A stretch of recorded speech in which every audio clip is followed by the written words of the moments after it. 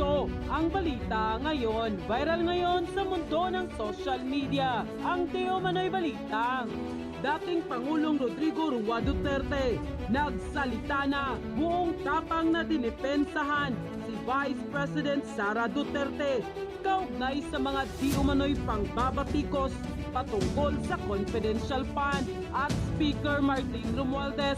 Tila hinamon ng dating Pangulo na mag-liquidate sa pondong ginamit nito.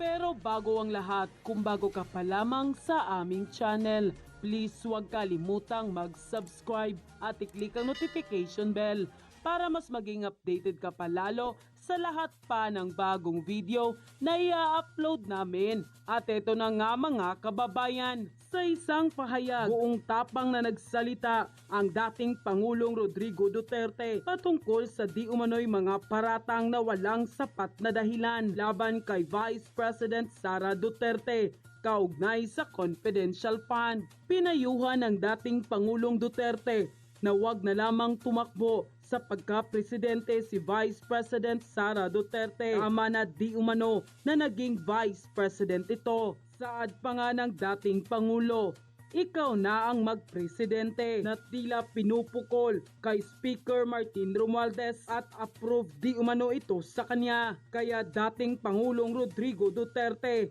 naghamon ng liquidation fund sa lahat para magkaalaman na. Tahasan ding sinabi ng dating Pangulong Duterte na ang pinakabulok di umano na institusyon sa bansa ay ang Kongreso dahil wala di umanong limitasyon ang paggamit ng pork barrel funds. Hindi rin naiwasan ng dating Pangulo na birahin si Castro at banggitin din ito si Speaker Martin Romualdez na tila binubusog di umano ang kongregista at sinabi din ito na ipa-audit ang mga ginastos ng Kamara dahil alam ng dating Pangulong Duterte noon pa man nang magkasama sila ni Speaker Martin Romualdez na may plano itong tumakbo sa pagkapangulo. Nang lumabas nga ang balitang ito, marami sa ating mga kababayan ang hindi napigilan ng kanilang sarili na magbigay ng kanilang hinaing at komento sa mundo ng social media. At ayon pa sa kanila, kailangan ng bansang maunlad ang kamay na bakal. Huwag nang paupuin yung tambaloslos, kay pera lang ang binabantayan. Hindi inaasikaso kung papaano umunlad ang bansa at kung papaano magkaroon ng maginhawang pamumuhay ng mamamayan. Yes, tama po PRRD. Your daughter is the best candidate. Matibay kasi mga plano niya, especially sa mga young generation. Totoo, tunay na pusong Pilipino, Family Duterte. Kahit buhay pa ang nakaharang, walang takot. Thanks PRRD. Sana makita ni BBM, sumisira ng pangarap niya na unity. Nasa paligid lang niya. Kaya yung sinabi niya nung eleksyon na ang malaking pagkakamali ng tatay niya ay nagtiwala sa inaakala niyang kaibigan, hindi pala. Tama si dating Pangulong Duterte. May sabwatan sa pagitan ng ibang kongresista na naghahangad ng pansariling interes, kaya pinipigilan nila ang taong pupuksa sa kasamaan nila. Kaysa ako sa pamilyang Duterte na totoong may malasakit sa bayan. At tama si Vice President Sara Duterte, ang taong humaharang sa confidential fund ay ang taong ayaw ng kapayapaan, at ang taong ayaw sa kapayapaan ay ang totoong kalaban ng bayan. And go. Yan tayo eh. 'Di ba? No? Yung iba, hindi nyo kini-question. 'Di ba? Yung iba, 'di ba, parang wala lang, no, pagdating sa confidential funds. Pero pag si Inday Sara, na alam nyo naman, at kumbaga specify nyo man saan gagamitin yung confidential funds, ang dami yung satsat, ang dami yung KOA-han. 'Di ba? Tingnan nyo, no? So, as you see, ito yung mga confidential funds ng ibang, 'di ba? Ng ibang politiko. No, VP Inday Sara, 150 million, no, for Department of Education. Of course, ang purpose to protect 22 million DepEd students who are all minors against sexual predators and NPA recruitment. No? So may purpose. May specific purpose si VP Inday Sara. Saan niya gagamitin ang confidential funds? Pero anong ginawa niyo, di ba? Ngaw-ngaw kayo ng ngaw-ngaw, ang dami niyong kauehan, no?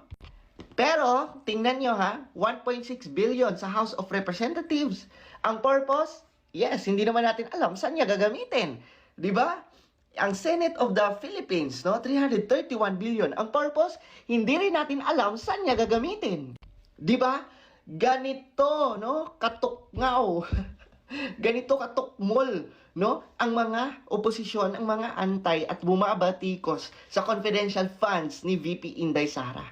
'Di ba? Hindi ba kayo nahiya, no? Hindi ba kayo, 'di ba? Hindi ba kayo kumbaga nakokonsensya sa mga pinaggagawa nyo? 'Di ba? Yung iba okay lang, pero kay VP Inday Sara, 'di ba, na ang DepEd ay isa sa pinakamalaking ahensya ng gobyerno na ang hawak niya mga estudyante, mga kabataan, mga teachers. 'Di ba? Kumbaga, grabe. Sa totoo lang, sa tatlo, ang may pinakamalaking katungkulan, si VP Inday Sara. Kasi hawak niya ang Department of Education. Nakasalalay, no? Nakasalalay, 'di ba, sa kanya ang mga kabataan, ang mga teachers. Tapos anong ginagawa nyo? Binabatikos nyo ng binabatikos. Ito yung sinasabi ko mga lords, na si Inday Sara lang ba ang may confidential funds? Bakit nyo ginigisa si Inday Sara? Di ba, na specific naman siya sa gusto niyang mangyari sa confidential funds. Marami siyang paggagamitan sa confidential funds. Oh, di ba? Rizal Tiberos, galaw-galaw. Paimbestigahan nyo, no? Gisahin nyo, saan gagamitin? Di ba? O Raul, no? Castro, di ba? Yung mga party list na yan, oh. Questionin nyo naman, wala bang pag-question dyan? Saan gagamitin yan? Di ba? Grabe.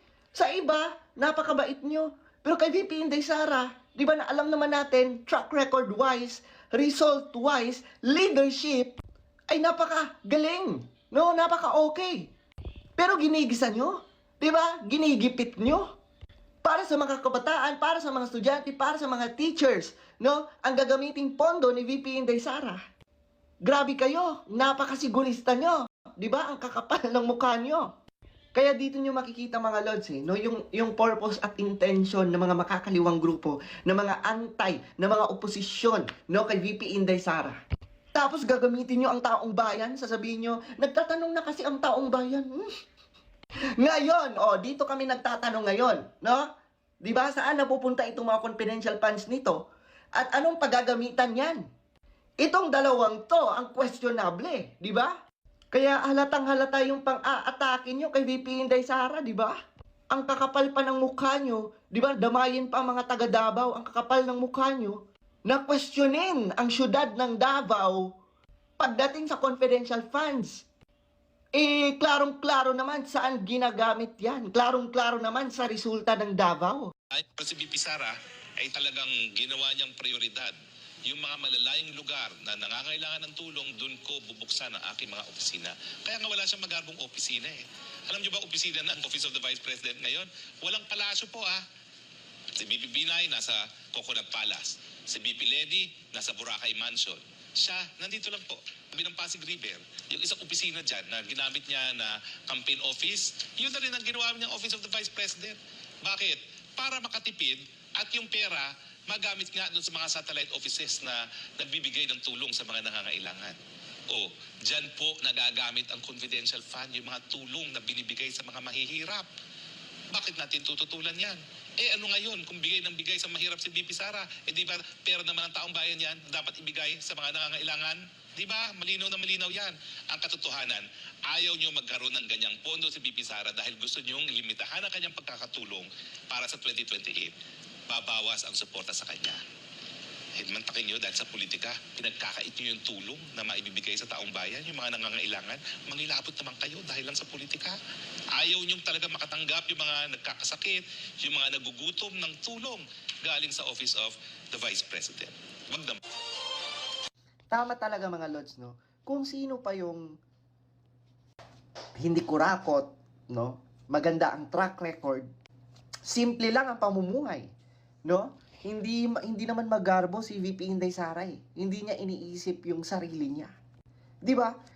Kumbaga, mas inuuna pa nga niyang gumawa ng mga satellite offices, no? And tama yung sinabi ni Harry Roque na inuna niyang mag-satellite office doon sa pinakamalayong lugar, no, sa Pilipinas na kung saan madaling malapitan ng mga tao.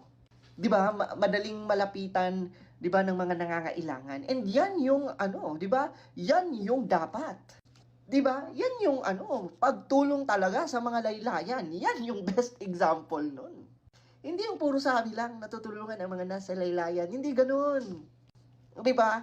Gumawa ka ng extraordinary. And yung ginawa ni VP Inday Sara, imaginein mo, 'di ba? Nag-put up siya ng mga satellite offices, 'di ba, ng OVP sa different cities, no, in the Philippines, na kung saan, 'di ba, yung iba doon ay mga nasa malayo, 'di ba, malayong lugar dito sa Pilipinas. Para bakit, no? Para 'di ba? Para no makapagbigay ng cash assistance. 'Di ba? Ang dami ko kayang mga nakikita at nababasa na through the OVP, no, ay natulungan sila pagdating sa mga medicine, pagdating sa, 'di ba, like yung burial assistance, no, at kung iba-iba pang mga tulong pinansyal na ang nakikinabang, mga kababayan natin, ang mga nakikinabang, yung mga nasa laylayan talaga. At pinapatunayan ngayon ni VP Inday Sara na hindi lang siya spare tire ng gobyerno.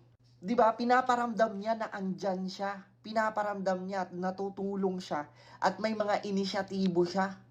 Kakatawa lang kasi imaginein mo pati yung naging mayor si VP Inday Sara dati, 'di ba, hahalungkatin niyo kung saan naggamit yung confidential funds sa Davao. Sure kayo, yung mga taga Davao nga approve na approve, pero ang nakakatawa yung mga hindi taga Davao sila pa yung reklamo ng reklamo at tanong ng tanong, ang kakapal ng mukha nyo. Di ba? Lalo na yan sila, Risa Ontiveros. Ayan, nakisali na rin yan si Trillanes. Di ba? Ang kakapal naman ng mukha nyo. Hindi naman kayo taga Davao. Wala naman kayong alam sa Davao. Pero ang kapal ng mukha nyo na pagsabihan si VP Inday Sara ng ganyan. Di ba?